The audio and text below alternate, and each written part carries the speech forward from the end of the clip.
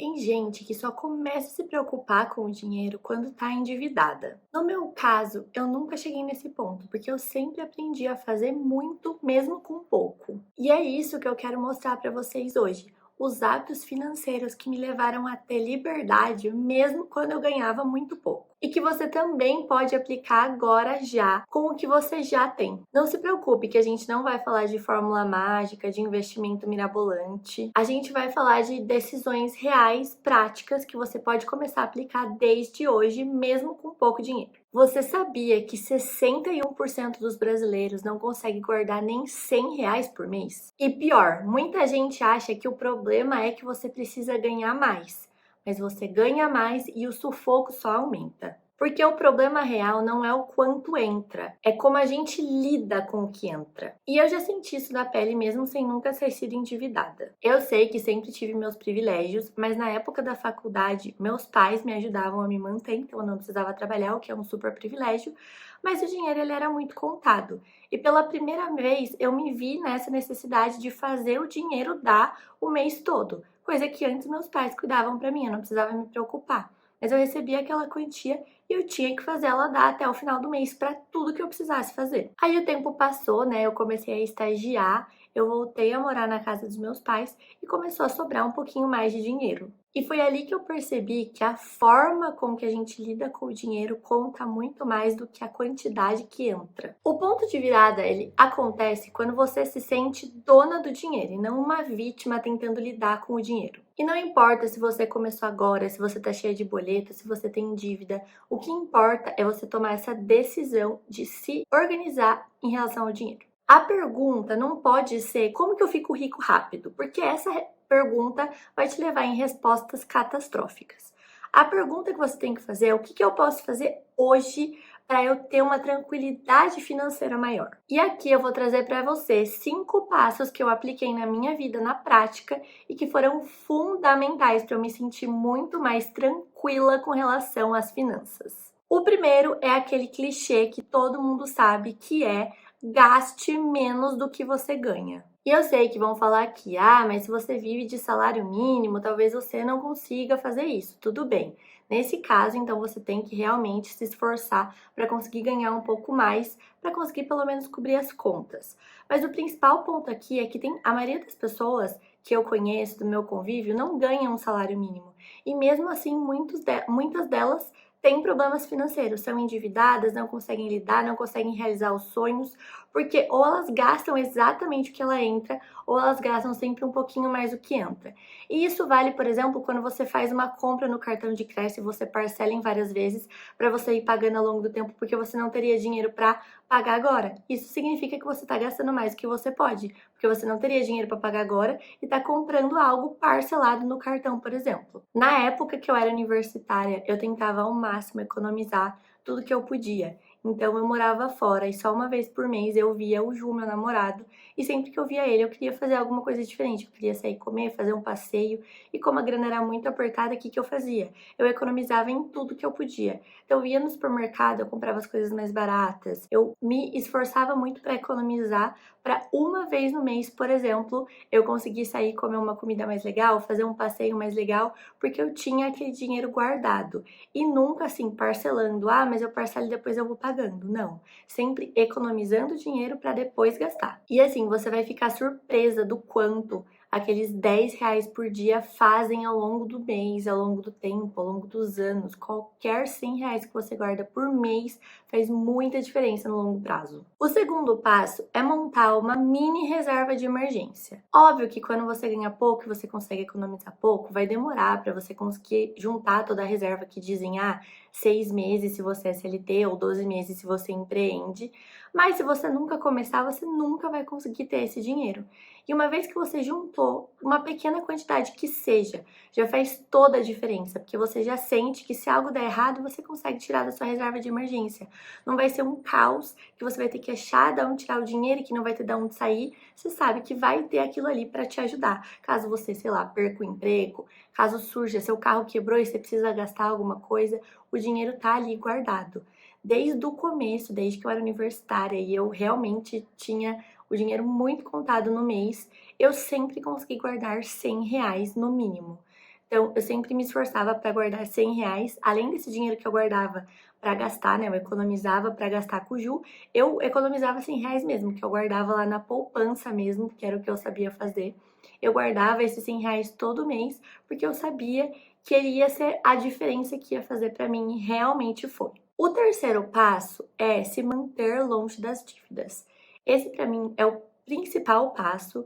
Se você hoje é endividado, eu sugiro que você encontre ajudas. Tem profissionais ótimos aqui na internet que podem te ajudar a sair dessa. Mas se você ainda não é endividada, mantenha-se assim, porque eu acho que isso fez toda a diferença da minha vida. E assim, eu nunca fui endividada porque eu sempre tive muito bem na minha cabeça que eu não queria ser escrava do boleto. Eu tinha muito medo de ser endividada. Eu aprendi, por exemplo, a segurar a vontade de comprar para não sofrer depois. Então, por exemplo, eu quero comprar uma roupa que custa R$ 300. Eu não consigo comprar esse mês, mas eu consigo guardar R$ 100 durante 3 meses e ir lá e comprar. Ah, mas você vai ter que esperar 3 meses? Sim, tem que esperar 3 meses e tá tudo bem. Mas pelo menos assim você dorme tranquilamente à noite, porque você consegue pagar todas as suas contas. E assim, muitas vezes não é fácil, tá? Você quer uma coisa e você não vai comprar ela. Mas é muito gratificante de no final você ter aquela paz de espírito. E é isso que ter uma reserva, economizar traz para você. Porque quando algo dá errado, não é um caos, você tem aonde se apoiar. Se você ainda não tem dívidas, proteja muito isso de verdade.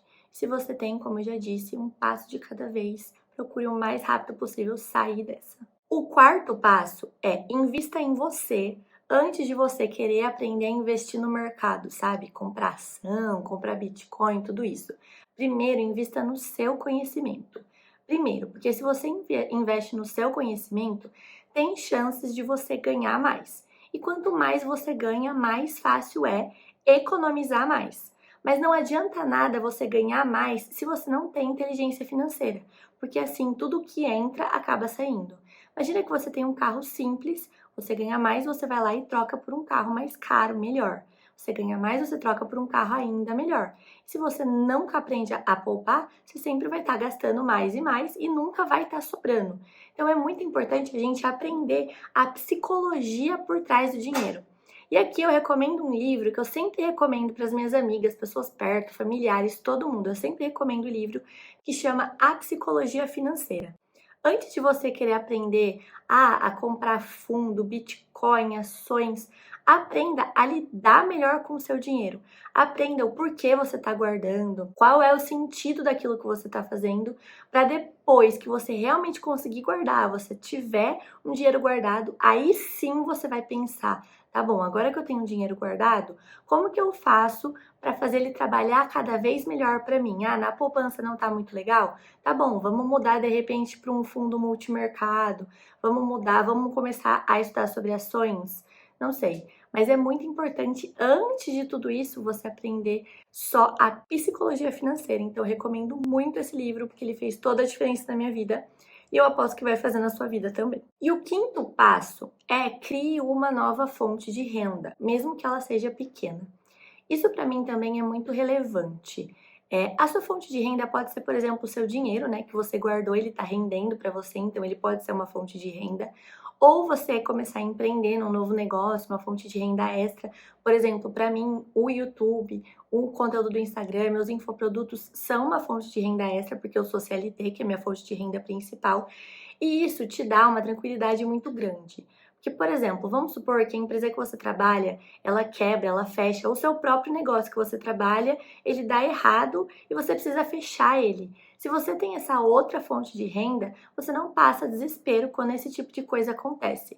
É aquela coisa de não manter todos os ovos na mesma cesta? Para mim também funciona para fonte de renda. Às vezes você trabalha num emprego maravilhoso, perfeito, você ganha super bem, mas chega um belo dia que o seu chefe ele resolve te mandar embora, porque você tá muito caro para a empresa, porque você, sei lá, ficou muito velho, qualquer coisa. E daí seu mundo desaba, porque você tá dependendo 100% daquilo. Então, quando você tem uma fonte de renda extra, mesmo que não seja igual à sua fonte principal, ela já dá uma tranquilidade de pelo menos você conseguir pagar as contas do mês, sabe? Então, essa também é uma dica muito valiosa que eu deixo aqui para vocês. E assim, ó, se eu pudesse dar uma dica, uma coisa que eu queria que você tirasse desse vídeo é: Olhe com carinho para onde o seu dinheiro está indo. Escolha alguma despesa para cortar, por exemplo, o salgado que você come todo dia. Leve um lanchinho de casa e economize isso. Ou escolha um objetivo para você poupar dinheiro. Pode ser a sua aposentadoria, algo mais longe assim, ou pode ser só uma viagem que você quer fazer, um carro que você quer trocar, um passeio que você quer fazer. Escolha esse objetivo e comece a guardar. Porque o que que acontece? Quando você tem um objetivo prático, quando você deixa de comprar a blusinha que você queria, você fala: "Ah, mas eu não tô comprando essa blusinha porque eu vou viajar para tal lugar que eu tenho muita vontade". Então faz sentido. É difícil quando você só economiza por economizar. Então tenha um objetivo. Cuide com carinho do seu dinheiro, porque é muito melhor e te traz assim uma paz de espírito muito grande. E para você fazer tudo isso, eu acho muito importante você ter uma planilha financeira, onde você anota basicamente o que entra e o que sai para você ver para onde o seu dinheiro está indo. Quais são suas fontes de renda, se você precisa de mais fontes de renda, ou se você pode cortar alguma saída, se você tem algum objetivo que você quer guardar, como que você consegue guardar. E você organizando tudo isso fica muito mais fácil. E se você tiver interesse em realmente ter uma ferramenta dessa que te ajuda a ver para onde seu dinheiro está indo, quanto que entra, eu vou disponibilizar aqui na descrição um link de um template do Notion. Caso você quiser, você também pode adquirir ele para organizar suas finanças. Mas não é necessário nada muito complicado, você pode só abrir um Excel, colocar entrada, saída e começar a ver. Mas é muito importante você ver para onde seu dinheiro está indo, assim você sabe o que está acontecendo e tem mais controle da situação. E assim, eu sei que o caminho parece longo, mas um passo de cada vez, tudo fica muito melhor. Eu ainda não tenho aquelas promessas de como ficar milionária, nossa, como ficar rica, porque eu ainda não sou. Mas eu queria trazer um vídeo real de como é você se sentir bem financeiramente, você ser estável, não ficar em desespero, se sentir no controle mesmo do seu dinheiro. E eu espero que eu tenha conseguido te ajudar nessa jornada. Se você tiver alguma dúvida, quiser conversar comigo, pode deixar aqui nos comentários ou pode me achar lá no Instagram também no @_Brunalice, que eu vou adorar conversar mais com você sobre isso. A gente também trouxe alguns episódios de podcast aqui falando sobre finanças que você pode adorar. Procura aqui no perfil que você também pode se beneficiar muito de especialistas falando sobre finanças. Muito obrigada por ter assistido o vídeo até aqui e até o próximo vídeo.